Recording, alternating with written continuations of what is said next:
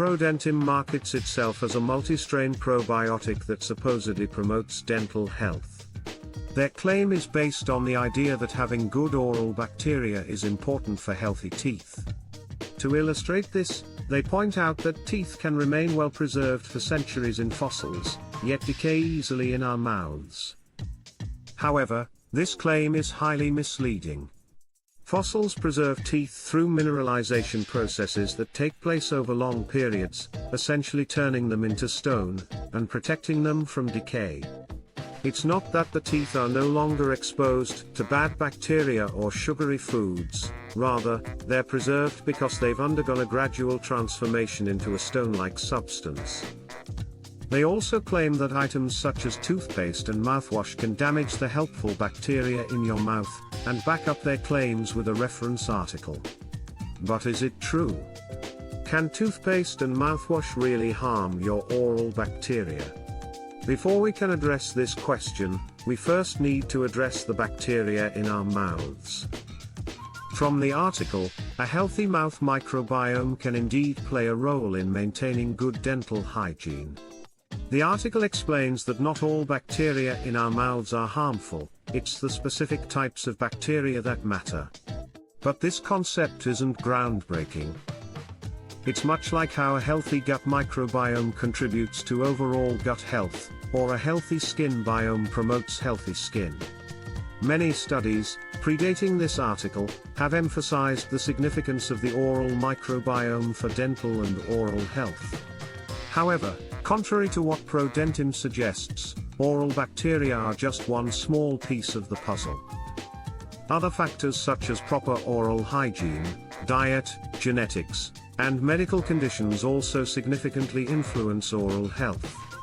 If you have poor oral hygiene and eat sweets all day, it doesn't matter how many good probiotics you put into your mouth, you're still going to get cavities. But could mouthwash or toothpaste harm the good bacteria in your mouth and lead to problems? The article points out that using antiseptic mouthwashes to rid the mouth of bacteria might actually disturb the natural balance of healthy bacteria in the mouth. There is some truth to this. In fact, the notion that mouthwash might not be necessary, and could even be harmful to the oral microbiome, is not a new idea. There's already evidence suggesting that excessive use of chlorhexidine mouthwash can worsen oral bacteria levels over time. One reason the article gives is that regular use of chlorhexidine may increase the risk of the bad bacteria becoming resistant to this antibiotic, and evolving to become stronger. Most research already suggests you should avoid chlorhexidine mouthwash as a regular cavity prevention method because it might not work very well for this purpose. This is because mouthwash is likely unable to penetrate the biofilm layer sufficiently to destroy all the harmful bacteria. So, there's merit to the idea that regular use of mouthwash might not be beneficial for dental health, and there's evidence suggesting it might be best to skip it. However, the article does not say that toothpaste does that. In fact, they make the distinction directly in the article that it is only mouthwashes, especially those containing chlorhexidine, that pose potential problems for the oral microbiome. There's absolutely no evidence suggesting toothpaste is harmful to the oral microbiome, as Prodentim is suggesting.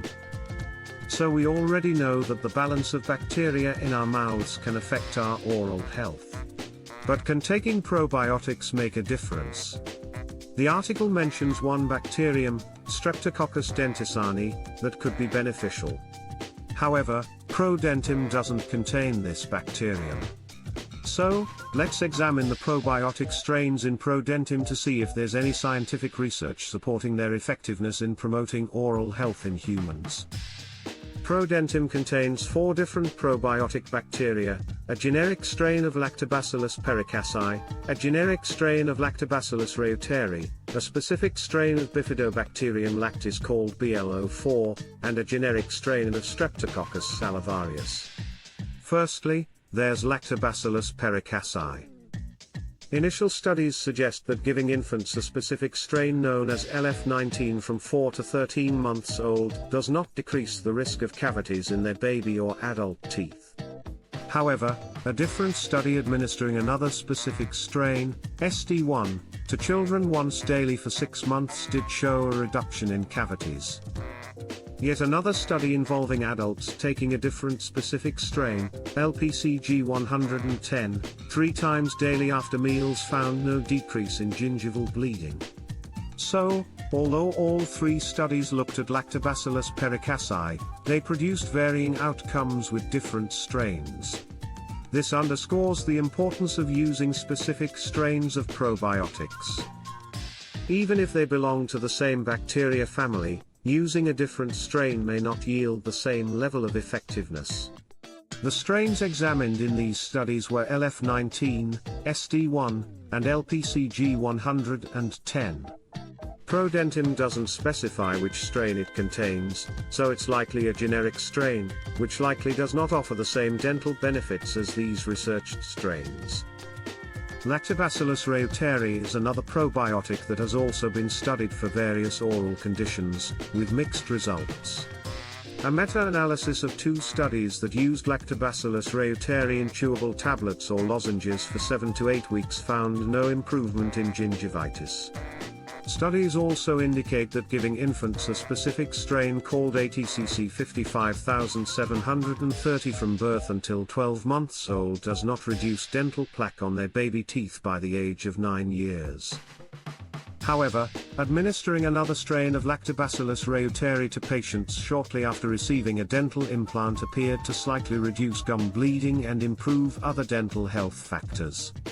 Yet, there wasn't much change in the oral microbiota, suggesting that the improvement might not be due to the probiotic colonizing the mouth. The same strain was also given to sailors twice daily for 42 days, resulting in small improvements in dental health. Once again, the specific strain of Lactobacillus reuteri matters, as different strains can produce different outcomes. The strains examined in these studies were ATCC 55730, ATCC PTA 5289, and DSM 17938. Prodentim likely uses a generic strain again, which likely does not offer the same benefits as these researched strains. Bifidobacterium lactis is another bacteria being researched for its impact on oral health, with mostly negative results unfortunately.